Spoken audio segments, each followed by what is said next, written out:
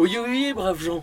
De tout temps, l'histoire a été parsemée d'une multitude d'expressions et de gestes que vous employez encore aujourd'hui, sans vraiment connaître leur origine ou leur véritable signification. Eh bien, je vais me faire un plaisir de vous les expliquer. Allez, c'est parti!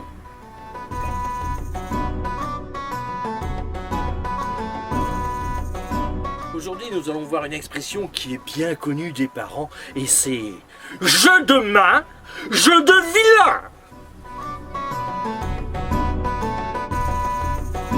De nos jours, vous utilisez cette expression pour prévenir les enfants que les chamailleries souvent se terminent par des coups.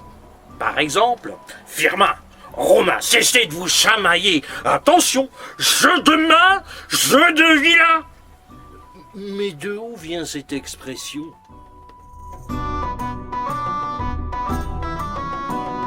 Cette expression nous vient tout droit du Moyen-Âge. Elle est apparue durant le XIIIe siècle avec un sport qui était très en vogue à la cour de France. C'était le jeu de paume, qui est l'ancêtre du tennis.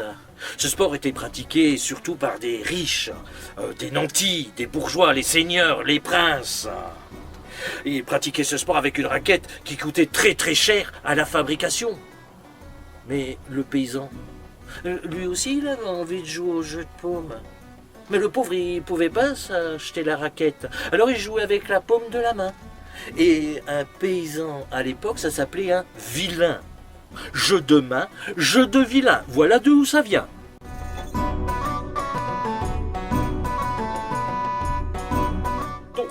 Si un jeu de main, c'est un jeu de vilain, un jeu de pied, c'est un jeu de qui alors? Et si par exemple, ce sont des gens de petite taille qui se donnent des coups de main, est-ce qu'on peut dire jeu de nain, jeu de lutin? Et pour vos enfants, est-ce qu'on peut dire aujourd'hui jeu dans les mains, jeu sans fin?